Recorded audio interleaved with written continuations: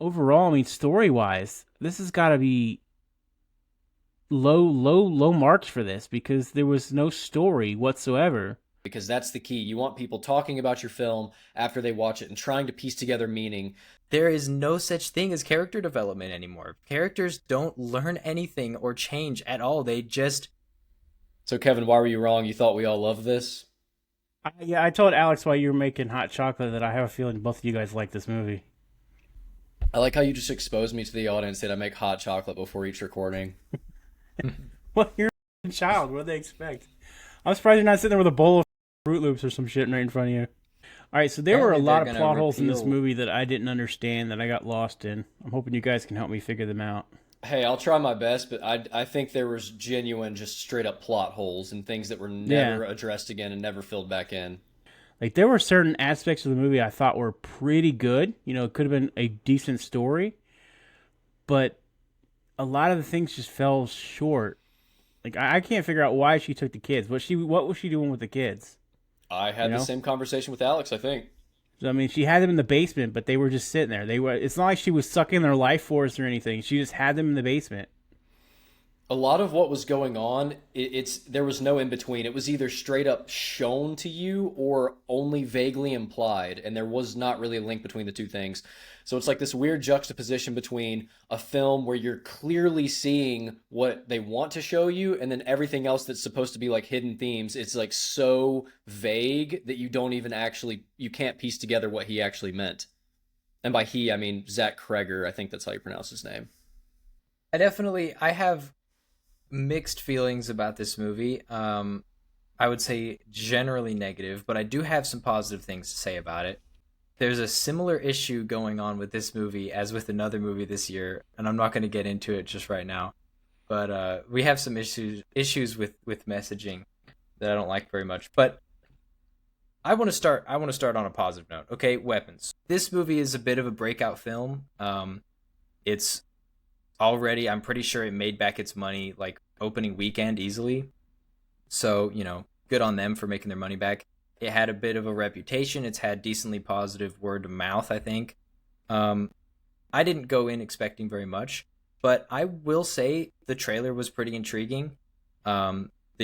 The premise is kind of different, and there's this sort of like whimsical mystery, but also an unsettling way, like an unsettling whimsy about it that the beginning of the film has. And I was honestly kind of excited at the start of this film. I thought the tone that was set was fantastic. I did not understand what was going on, but I knew that it was strange and that it was going to be an adventure to try and figure out what's happening.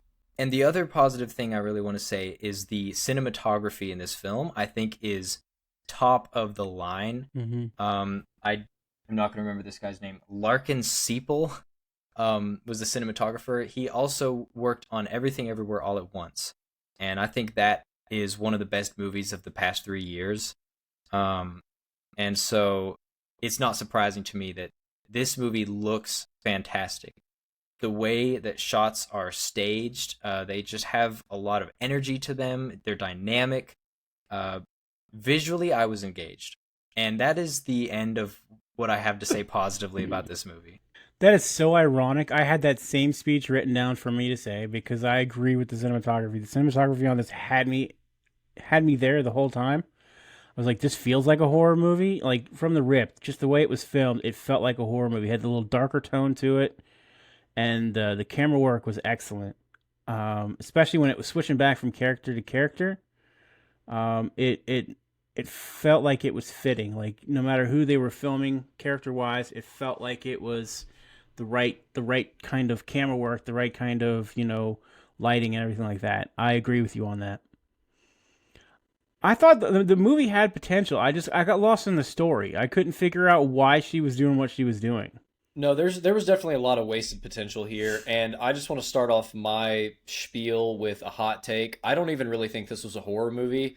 I personally will not classify it that way. This was a thriller slash comedy, and the horror elements that I was expecting from the trailer were just never really there. I do think the film had a super strong start, but unfortunately, I'm only referring to about the first 20 minutes or so. When they actually start to reveal information about what is going on, I feel like it happens far too directly and it just takes the wind out of its own sails. I know this project was, passed around. There was a lot of recasting going on. Like almost every single actor was recast at some point, and there just seemed like a lot of unsureness behind the scenes. And I think it actually shows up in the final script. Like this was a jumbled mess of ideas, sometimes conflicting ideas, and I don't think it did the film any favors. Like I said earlier, there's vague hints at certain themes, and then direct, just jab straight at the audience, like, this is what's happening now. And it's not a very good combination, in my opinion. I was left not scared at all because I never felt like I was in danger. I felt like I pretty much knew what was happening, or at least the general gist of what was happening halfway through the film. And that led to a Probably very before that. Maybe before that, yeah. And that led to a very boring middle and end of the film with only a few highlights here and there. I mean, look, there were certainly things I liked about the film. I enjoyed it as a whole. I didn't feel like I wasted money on the ticket. But based on the trailer, I thought I was going to see a generational horror movie. And based on, the first reviews and the Rotten Tomatoes, like 100%, I thought it was going to be very, very, very good. And what I got was pretty mediocre and forgettable and honestly kind of frustrating. We will get into the details of why I feel this way, as we continue to talk. But I do want to say one more thing. One more thing, Kevin. I'm sorry. So the director of this film also directed Barbarian, which was another very, very popular horror movie that came out like 2 or 3 years ago. I want to say this for the audience. Barbarian, 100% without a doubt, had the strongest first hour of a horror movie I've ever seen. I was so engaged, and I didn't see it in theaters. I was watching alone in my apartment, and I was so engaged. I was so locked in, and it just shot itself in the foot. It shot itself in the head, actually, and I was very disappointed with how Barbarian turned out. And this Weapons had a similar issue. It's like super strong beginning, and then it just fumbles everything. But I'll let other people talk at this point. Those are my general initial thoughts. I'm just curious how Rotten Tomatoes grades, or what kind of grading system they use for their movies. Because everything I've read about this movie says it's critically acclaimed. It's already made twice, if not almost 3 times its money back. But I don't know. It's just a bunch of critics that they post their review and their but rating, what are they and then looking it for? averages I mean, all of it. it's like they don't take story into effect at all when they're rating this movie. I mean, if they're rating things like cinematography and the actors and their abilities, I mean, okay, I could see it having a good rating, but overall, I mean, story wise, this has got to be low marks for this because there was no story whatsoever. I mean, you get this witch who is taking control of these, 17 kids? A couple adults, but what is she doing with them? She's not doing anything with it. See, I could understand it. Like I said, I could understand if she had them in the basement and she was draining the life from them. But they make the comment that she's dying from cancer, and then she says to the kid, maybe you bring something from each of your kids at school, that'll help me. But it doesn't show her, she's not getting better, or nothing is. They're not. There was no explanation why she took these kids. Why, if she did that to the two parents, why didn't she do that to what was the kid's name, Alex? Mm-hmm. Why didn't she take Alex and put him in the trance too? Why save him from that? Why have him go to school, and be the only one left in this class of 18, where all eyes are on him? Why not just let him be part of that 18? I guess maybe because then they would have interviewed the parents. I don't know, but I don't know. Nothing could. It had a great start. I was like, this is kind of exciting. I like where this is going. But it fizzed out in the end. Like, it didn't connect any of the pieces to come to a logical conclusion in the movie. I didn't get it at all. And I'm not understanding how this got such great ratings. So I have two thoughts in response to your thoughts, Kevin. The first is about the Rotten Tomatoes critics of what they're looking for. I don't think they're looking for anything in terms of a movie actually being good. I think they're just looking for the conversation around it being what they like to see. And they're just in bubbles. I don't think there's any actual critical analysis happening at Rotten Tomatoes. What do you mean by that? The conversation revolving around just the fact that it gets a lot of marketing, or The way that people are talking about it. It's viral. basically it's about who's making it, what do those people believe, what do they push for, and then what, like, it can sound a little bit schizo, but my opinion is that basically if the right group of people is saying this movie is good, then the critic circle is everyone's just going to say it's incredible, it's generational, it's the best thing since whatever. And I think it's a lot more about PR than it is about the movie actually being good. I think it's just like, yeah, they heard from their 3 other critic friends, hey, this one was good, and then they go and watch it, and they don't think a single critical thought the entire time. They're just like, well, yeah, everyone says it's good, and it's, yeah, it's good, thumbs up. But that could be a whole conversation, and I don't have very fleshed out opinions on that. That is my opinion. I don't think that the majority of like critics are actually critical at all. To your second point about the story having so many loose ends, things not connecting, things not being fleshed out, I agree. And I it's disappointing because I do respect what they were kind of going for, which I feel like what they were trying to do was have all of these different miniature stories that are all in some clever way interconnected. And so it's almost like an anthology set in the same town in the same time period, and then somehow it all supposed to click together. It's set up more like a mystery than anything else. And I respect the concept of that. The problem is that, like, independently, none of the stories are really worth anything. Maybe actually I'll say there's probably 3 that I'm intrigued by, but aren't fleshed out enough. They just don't spend enough time on it, and then the rest are just garbage. So the 3 that I'm actually, you guys guess which 3 like independent character lines you think I actually find interesting. Okay, I think you find Archer interesting. I think you find James interesting, and for the third one, Wait, who the fuck? no idea. The homeless guy. I'm gonna say Alex. Guess a third. Okay, so Kevin, you're right, and then Will, you're right about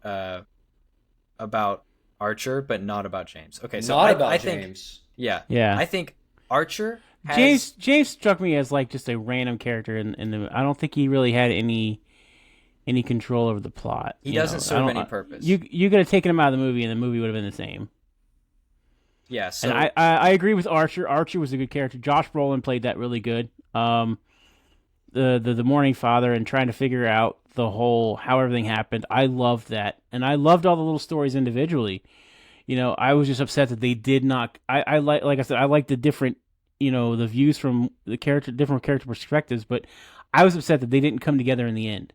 They didn't mesh together to make sense in a way that is actually fulfilling or satisfying. That's what I mean. They literally physically come together in the same room at the end of the movie, and that's the extent of it.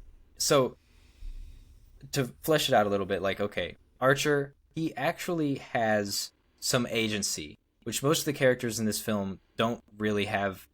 They're not really trying to do anything. They're kind of just existing and having problems. Archer's actually trying to solve the mystery. And I thought it was kind of creative the way that they had him triangulating the position of where the kids were running to by using door cameras. That's kind of interesting. That's a cool storyline. The thing is, about halfway through the film, that just goes away. He figures it out like this fast, and then the only thing that he serves to do is basically just be like there to fight people. He doesn't really do anything else for the rest of the film. Alex, I think he's interesting because he also has some agency. He actually is the person who defeats the witch at the end of the movie. Spoiler alert: there's a witch, uh, and the concept of being a kid and seeing your parents be bewitched like that, and having to live in a house, a terrible house, and feed your zombie parents. I mean, all of that is great conceptually, but we spend like 10 minutes on it. And that, I mean, I feel like that deserved 10 times the amount of time that it got. Uh, and I think the then, kid did great in that role. That kid was incredible. yeah, and then lastly, what was my third character? No, I've already forgot. Um, Justine? no, Gladys, the witch herself. The witch almost has an interesting uh motivation, which is that she's dying. She is sick. Is it cancer? Who knows? Consumption. Um, she, she's got this disease and she's deteriorating, I and think the she mom says needs. so. I think so. The mom did say cancer. Okay, Well, of When course, she- that's just what they or think it maybe the is. dad That's when the dad was explaining to Alex why she was coming. I think she's against. Sorry, I didn't mean to interrupt you. I apologize. no, you're good. You're good. So as a villain, that's a I think that's a decent premise for a sort of the beginning of a motivation for this evil witch who thinks that she can fix herself by like is somehow ensnaring children into her grasp. I think that's fine. They just don't do anything with it. She like you guys have both said, she never does anything with the kids. She just puts them in the basement. It's just a it's I absolutely hated that red wig too. By the way, when she had that red wig on, and she came into the principal's office with that red wig and her lipstick looking like a fucking clown, I was like, I couldn't take her serious after that. I'm pretty sure I see where you're coming from in liking the character, but after seeing that visual of her as a witch, I couldn't take it seriously. I just thought it was a joke at that point. So I did not like her character at all. That's fair. And You know, I say all of that just to say that those three characters I think had potential and they were just kind of half baked. And then there's a lot of other characters that really just genuinely have no place in the story. They don't serve any purpose. If you think about Justine, she does not learn anything in this film. She doesn't change anything. She doesn't even do anything to serve the plot. She's just there. And she's not even a likable character. I'll probably get into that more later, but like she's a terrible person. And it's like she has no place in the film. Same with Paul, the police officer. It is Paul, right? Yeah. yes. He's just a bad person, unlikable, serves no purpose, has no character arc, no reason to exist, especially not to the degree with which he exists in the film. I think the same about James. He doesn't do anything. He doesn't learn anything. He doesn't change. Doesn't serve any purpose. And there's probably more that I'm not thinking of. But yeah, it's just none of it's actually working together. Alex, you used the word schizophrenic earlier when you were talking about the Rotten Tomatoes thing. I think schizophrenic also describes like how people are scrambling to find meaning in this film. I have heard the most abstract theories of what this film is about. I have heard people talking about things that are written on the whiteboard in the classroom. I've heard people say that Justine Gandhi, her last name Gandhi, is a reference to like Gandhi in India, and there's other references to India and like Hinduism. I've heard it all, and I think that actually is sort of a problem. Now, I do think that Zach, the director, was going for the sweet lore. He just wanted to include enough little breadcrumbs and maybe breadcrumbs that don't even lead to anything in his film so that people would be talking about it, because that's the key. You want people talking about your film after they watch it and trying to piece together meaning. So on one hand, you have this super straightforward plot with a witch and then possessing people, and it literally even shows how the ritual works explicitly. And then on the other hand, you have all these random, abstract, obscure symbols pieced throughout the film that actually really don't connect to each other in any meaningful way. And as the viewer, you almost have to do research into the real world to even understand what these things mean, such as 217 and other things. So, I want to ask you guys, maybe Kevin should go first. What do you think this film is actually about? What is the purpose of this film? What is the intended meaning of weapons? That's tough, man. I don't know much about witchcraft. I was a little ignorant when it came to some aspects of this movie. I don't know what the 217 represented, other than I've heard that between 2 o'clock and 3 o'clock is called the witching hour or something like that, or 3 o'clock is the witching hour. I don't know. I don't know. As I was saying, I loved how the movie started out, the whole plot line, and then it just, I mean, it didn't come together that I didn't understand it enough. I don't even know if I can answer that question because I didn't understand the movie enough. So what you're saying is like you basically got no meaning out of the film whatsoever. No, not at all. I have a lot to say about this, and I don't know exactly where to start. There is some pretty clear allegory in this film. The overall premise is that a community has just lost a classroom of kids, and the parents are mourning, they are angry, they are pointing fingers, they are seeking blame, they're seeking, you know, a way forward, retribution. You know, they're looking for answers. I think everyone instinctively knows what this most closely resembles in real life. This is obviously it's a school allegory, right?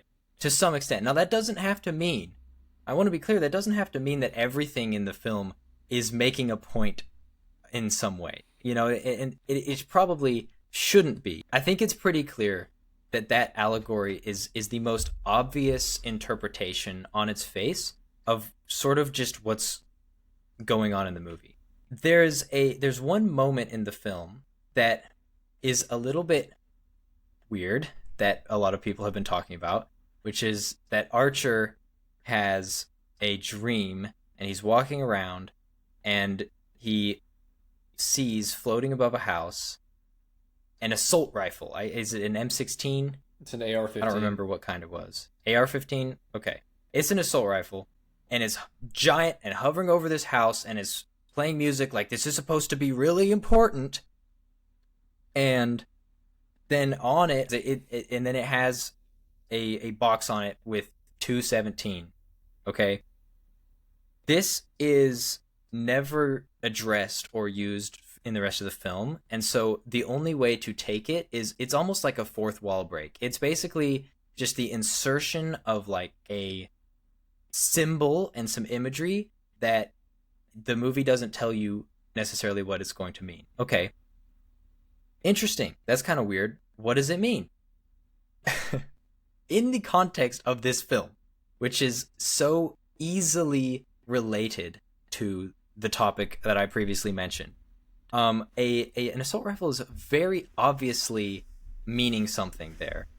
And then you combine with that the 217, and here we go into the schizo stuff, but the most recent attempt that Congress had to ban assault weapons in the US was in 2022, and it passed the House with 217 votes, and then it failed in the Senate.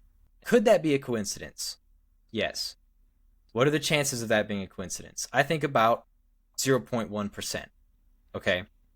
Taken in the context of what this film is about, I think the chance is essentially zero. Here's where we get to the really big problem. And caveat before I get into this, we've had this discussion before. It's okay to have political messages in your film. And I'm not even going to really say much, if anything, about my feelings about the 2022 bill and what that would have done. The thing is, there's this trend recently of film directors putting in really obvious and, in my opinion, just sort of clumsy and childish political references in their films, and then denying it. And I hate this. But Zach Kreger has specifically said, when asked about that film, he said something along the lines of, I don't even know what it means. It just came to me. I like to do transcendental meditation. Those are his words. And it just came to me. And what I love so much about it is that I have no idea what it means. And then the interviewer said, well, a lot of people, think that it's about school shootings because it seems to be about that. What do you think about that? And he says, no, this is not a political movie. That is what we in the business call a bold-faced lie. And if you want any more proof, I don't think it's needed, but if you want any more proof, well, okay, let me put this differently. I wanted to see if I was crazy a little bit. I was like, okay, he is saying that this is not political and it has no meaning, whatever. And it so clearly to me is.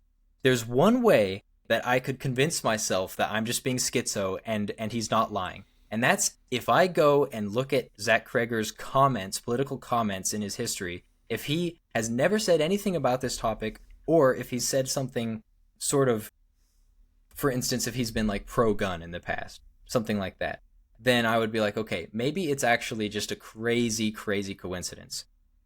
Well, I went onto Zach Kreger's Twitter, and this is what he has said. Why is it that Republicans argue against gun control, claiming people will be able to access guns illegally, yet they don't share this view when it comes to drugs? It was always easy to find illegal pot, but they have no problem with the war on drugs. Why not the war on guns? His Twitter, if you go back into it, is incredibly political. He talks about Trump incessantly. He's one of those people that actually has a problem. If you look I don't like Trump, okay? I will be very honest about that. But it doesn't invade every waking moment of my life. This person, you go through his Twitter, and literally it's like Trump lives in his brain rent-free. One more thing, and I'll turn it over to you guys. There's also some interpretable commentary on the police force in this film. People aren't talking about it as much because it's not quite as overt, but there's some anti-police rhetoric in the film, or not rhetoric, but messaging. We know that this person has pro-gun control views and I don't know how to put it, but like, police reform or just like sort of anti-police views, okay? That's a fact. And it's so easy to interpret what this film is getting at, and he is just lying about it and everyone's buying it. I'm done. You guys can talk. Yeah, let's be clear to the audience. We're not saying that a person cannot have these beliefs. We're not saying that a person cannot inject these beliefs into their art. We're saying that if you do it, own it, make it clear, and don't go back on it and say, no, there's no political messaging here. That's not respectable. That's not okay, because then people don't want to say that that's a possible alternative. Then people are going to say, oh no, weapons has no comparisons to school shootings. That's just complete happenstance because the literal director said that himself. So therefore it has nothing to do with it. I think it's really clear. That's the predominant position online as well. Well, that's unfortunate. And let me tell you why it's unfortunate. Because to my knowledge, as somebody who watches probably a ton of movies per year, like an actual physical ton of movies per year, I have not seen one that sort of indirectly references the plague of mass shootings in the country. I have not seen that. And to make a horror movie where children vanish and no one knows what happens and everyone is scrambling for answers and there's one child left alive in the class and one teacher, and the teacher is sort of demonized and people are looking for scapegoats, parents are angry, people are vandalizing the teacher's vehicle, but it's like some horrific creature that has made the kids disappear. If he just owned this school thing and made much clearer connections, there could have been something really powerful here. But just having a floating CGI AR-15 over a dream house and then an arbitrary number 217 that you have to do like research online to even figure out what it means, it's not strong enough. And it could have been really strong. Look, maybe you could have even moved the needle, made some people change their minds about gun control or some centrists to go more towards your position if you had a powerful, like, oh wow, this is like what happens to communities when children go missing and this is terrible, and now like I can see it because in this art form it was portrayed very well. But no, he just like sprinkles some like ideological jabs in there and then doesn't even say that that's what's happened, so you're just left with this nothingness and there's no meaning.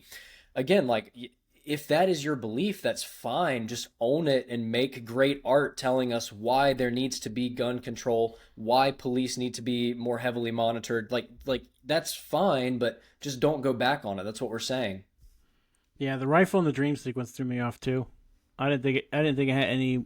It didn't fit in at all. Yeah, it's wild, and it's it's frustrating because, like I said, a lot of people just take directors at their word when they say something doesn't mean something or it means something else, and it's just frustrating. Also, we don't have to get into this, but James Gunn did the exact same thing with Superman. But we're not gonna get into that. Well, we might as well just tell our audience right now. We couldn't release the Superman video because I don't even know how to put this.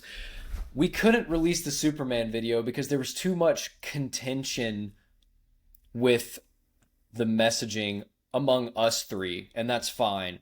But it's because the director did the same thing where he makes an almost overt political message and then just says that that's not what it was. So then, with the plausible deniability there, people can genuinely say, no, it's not about that. And then they can use the actual director and writers of the film as references, like, no, they said it's not about this. So who are you to say it's about this? So the same thing is happening here. But we're not going to not release this video. At least I don't think so right now, but it might not be released.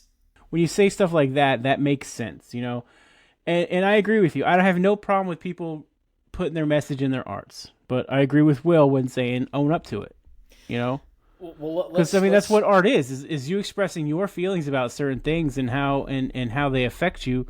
So own up to it. Don't deny it because you think somebody's not going to like your idea. Not everybody's going to like your art. Not everybody's going to appreciate it for what it is. So Let me put it this way.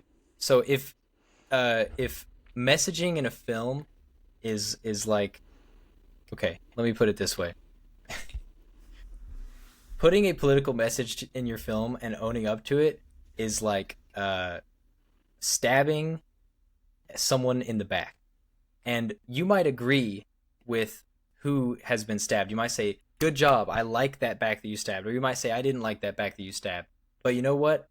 That person did something and they owned up to it. What is happening today is more like taking like a pencil and like just pricking someone in the back, and then when they turn around, just looking around like this. Like they're not accomplishing anything, and they're being dishonest and cowardly at the same time. Like it's genuinely less than worthless. I actually had this thought earlier. I really think they're like scared that the secret police are going to come knocking on their door and like assassinate them and then cover up their death if they're just like overt with their messaging. I feel like they're actually scared about that. But I want to bring things back to the actual film for a second.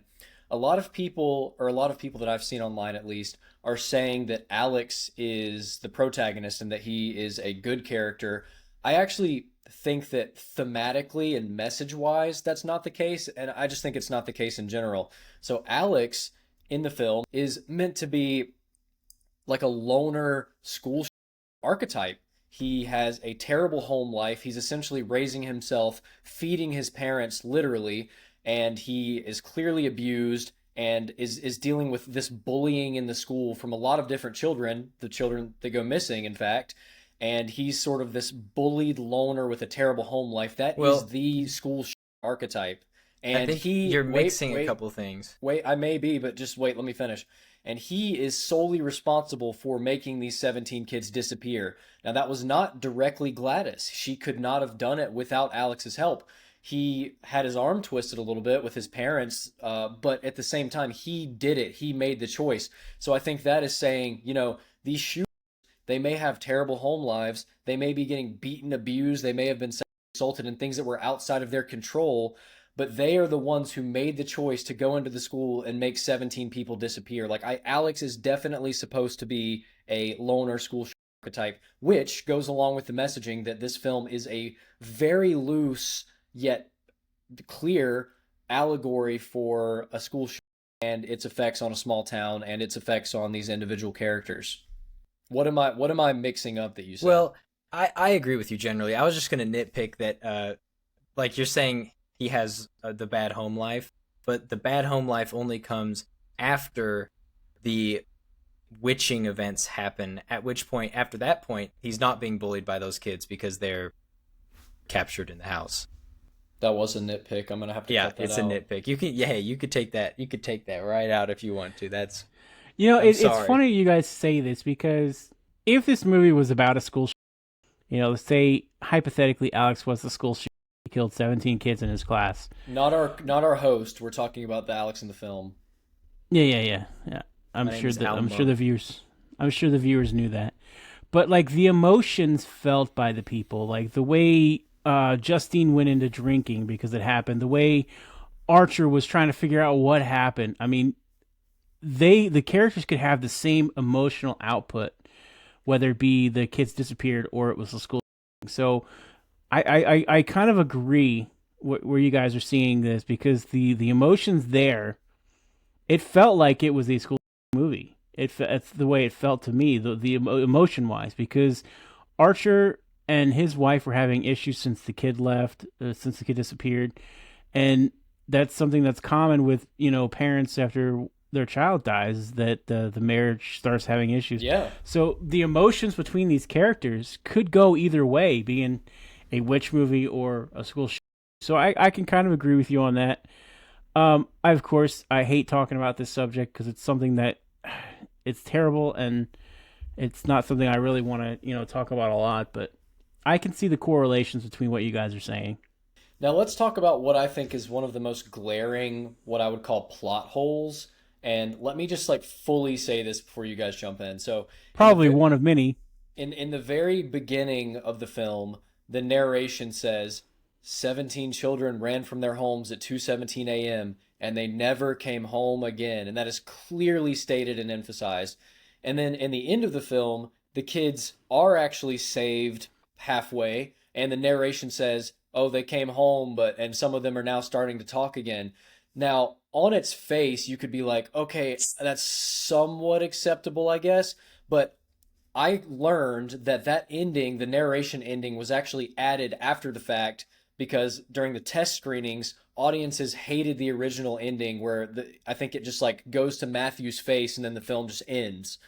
So they added that narration to sort of placate these criticisms, and I'm like, dude, could you not just go back and listen to the narration from the beginning of the film that you kept in and realize that you're like directly contradicting it now?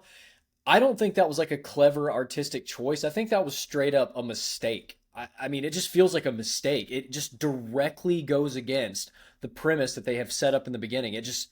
I think that was more mistake than intentional. I think it definitely could be.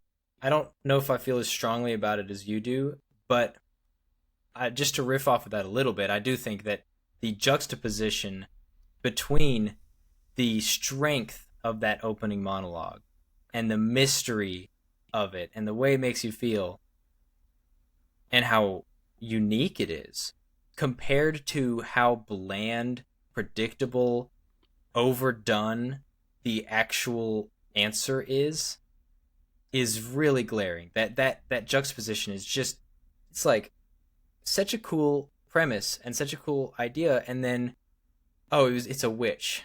Like, that's the answer, really. It's just a witch. Okay, and then you get to see the witch get torn apart at the end in a weirdly comical scene. It's not a horror movie, it's a comedy. I mean, I just don't get it. Like, why ruin that mystery? Oh, I don't but they understand. ruined it like halfway through. So Yeah. one thing that I'm seeing online, you guys have probably seen this too. So Gladys is never explicitly called a witch, and there's never the word witchcraft thrown around. But the word parasite is thrown around. So there's the parasitic imagery that the married couple is watching on the screen where the ant is being overtaken by these cordyceps. There is Justine teaching a lesson about parasites and tapeworms. There's the word parasite written on the board. And we know loosely that Gladys is seeping life energy from these captured people somehow. So she is a parasite given the context that the film has provided. Now, of course, she is a witch, and the word witch is used to vandalize Justine's car by Archer in the beginning of the film. So it's like, Which is totally out of character for Archer, in my opinion. yeah, so it's like witch slash parasite is the antagonist we're dealing with here. I just feel like they could have fleshed it out a lot more. Like it was like super direct, and but like the character traits. So aside from her being a witch that knows these spells, her actual like backstory and traits are just like barely hinted at.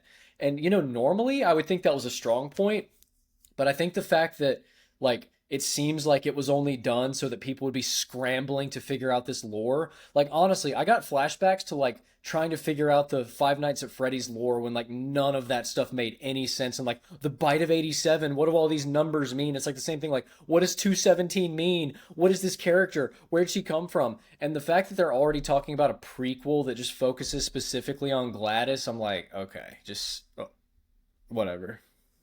I'm a bit curious though. When Alex did the reversal spell to make the kids chase Gladys, how come only the kids were affected and not his parents? Do you The guys have any hair. idea how that happened? He used the hair of the kids. No, he used the hair of her. Because you wrap the hair around the stick, and you break the stick, and whoever's hair is around the stick is the one who's to be killed. But when he did that, all of No. the kids came from the basement, except for the parents who were still chasing Alex and trying to hurt Alex. No, so Kevin, I had that same thought, but it's actually not consistent. If you wrap the person's hair around the stick and snap it, it makes the controlled people go after them. Yeah, but Yeah. if you put the stick with the hair in the bowl, then No, because once I think Then when they're you the put it in the tar- bowl they're- is when it releases the spell. Okay, we're just wasting our time because it's not Yeah, I clear know. at all. And you mentioned something about she was siphoning the life force from the kids, and that's supposed to be implied, but it's never in the movie. And anything I've read with a synopsis on the plot says that she had taken the kids to suck their life force, but nothing in the movie's ever said about that. So basically, like what I saw in the movie was that she just took these kids and left them in the basement just to stand there. Like none of them were withering or dying, or they were all still there. So I mean, they weren't very clear with the plot of this movie, which is probably why we all got lost in it. it's like there was a group of people in a room, which is probably not true. Zach probably pieced most of this together himself. But it's like there was like all these different ideas. The initial premise was decided on, and then there's like 10 ideas of like, we could go this route with the movie, or we could go this route with the movie. And instead of choosing one, they just said, let's just do all of them simultaneously and only explore them to like 10% of what is required to actually make it meaningful and interesting.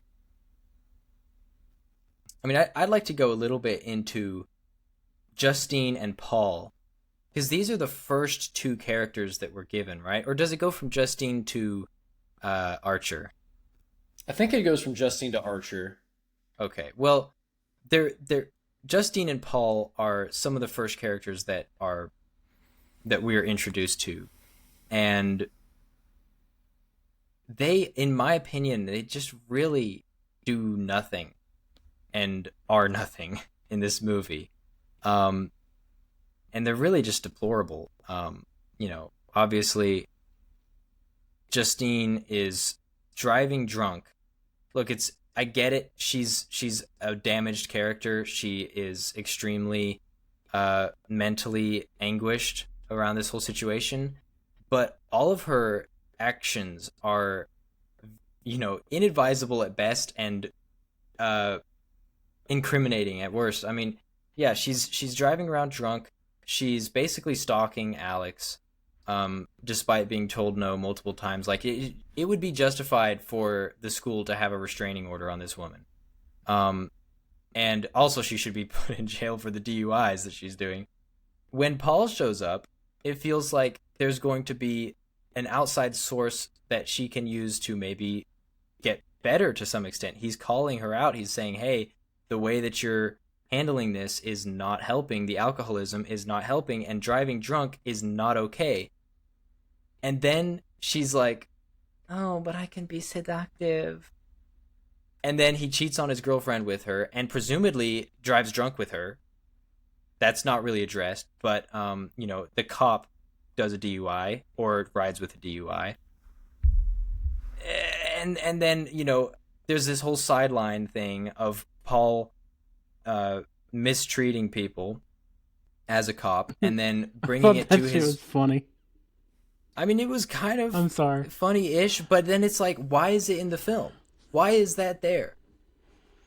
the only purpose is to just throw some jabs at cops. That's really it. And then he brings it up to his boss, and his Yeah. boss is like, "It'll be fine. We'll just cover it up." And I mean, it's just there's no reason for that. Doesn't tie in. Where would you guys like to go with this video from here? Because obviously we could keep nitpicking little things forever. We Do need you to think shame Justine more. Tell me why you think we should shame Justine's character. because she killed her werewolf husband? Yeah, flashbacks to Wolfman, our first review on this channel. She was insufferable. Her character was insufferable in that movie as well. But my first answer to you, Kevin, is what is there to like about her character? And the answer is absolutely zilch nothing. Well, And then, her character in general, yes, but the way she played the character, I thought was really good.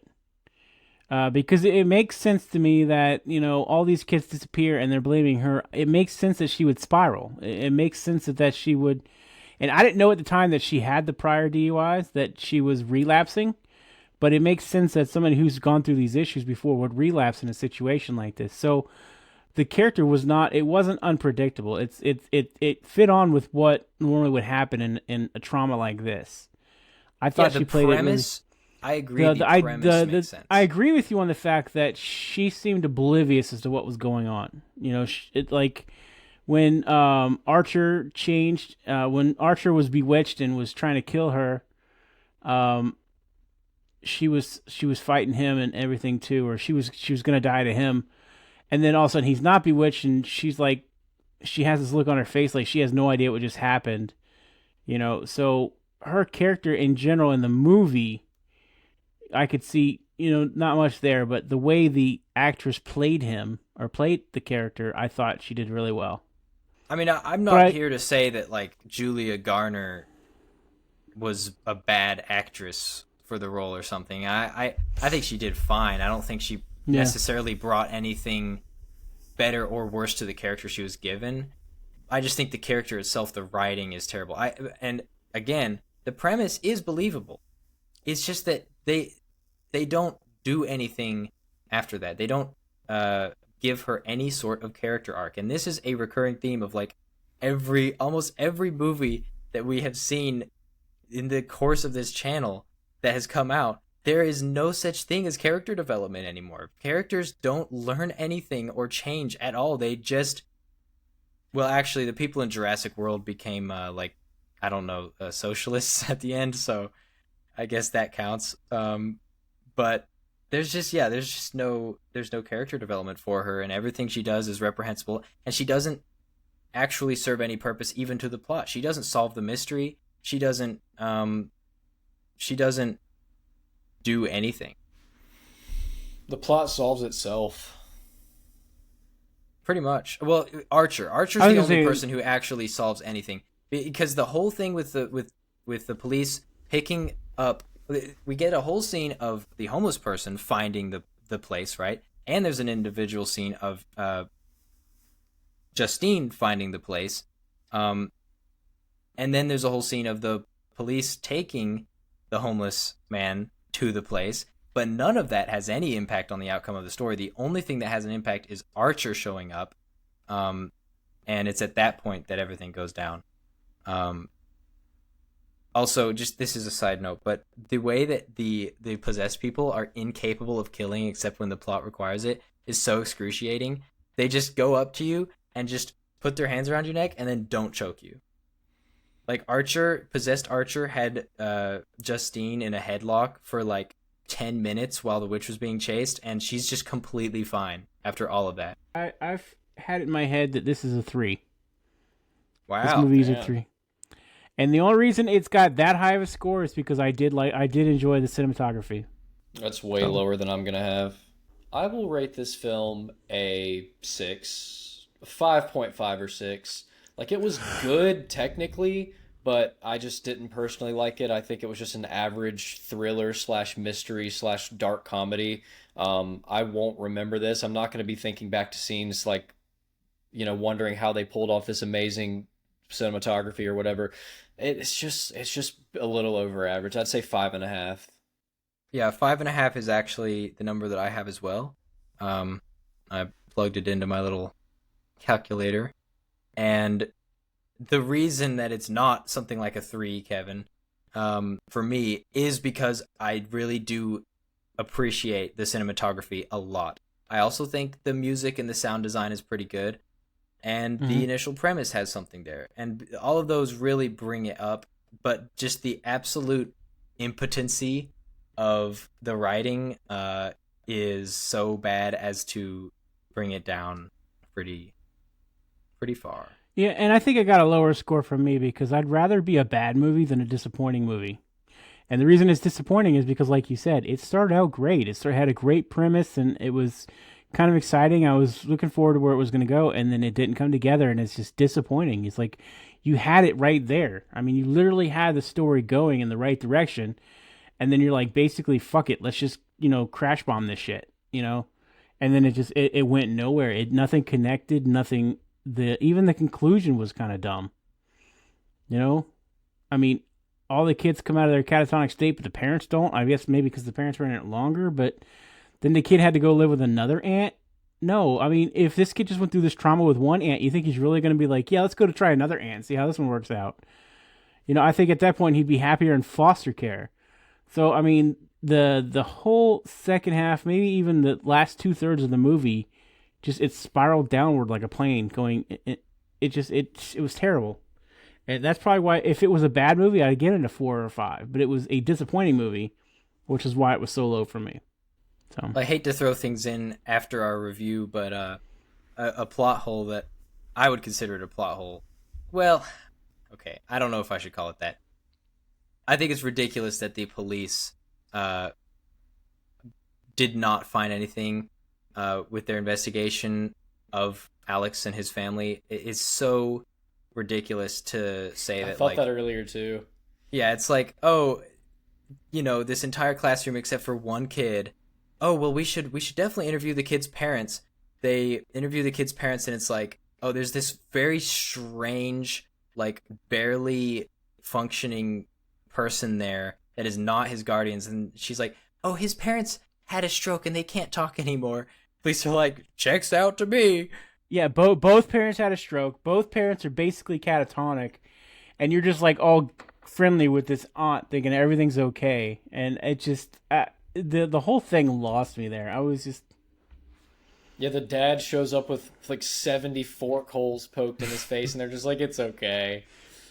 Yeah, I mean, really, that's the extent of your investigation, was having one parent come to the school or something? Like, okay. I found one of the only critics that actually disliked the film. I was like, oh, yeah, let's read a dissenting opinion from the masses. Mm-hmm. And they said, let's see if I can find it. The brutality of the witch's demise suggests that we're supposed to take twisted pleasure in watching her body get mutilated. This, after evoking the history of witch trials which persecuted women. I don't find that satisfying. I find it immature and simplistic, and it's certainly got sexist overtones. That's not a real person. So this movie is very sexist, guys, because the villain was a witch. Well, that same person who made that review also said, Justine is a good teacher who cares about her students, maybe to a fault. She also expresses her own sexual agency by seducing her ex-boyfriend, and this only makes people hate her more.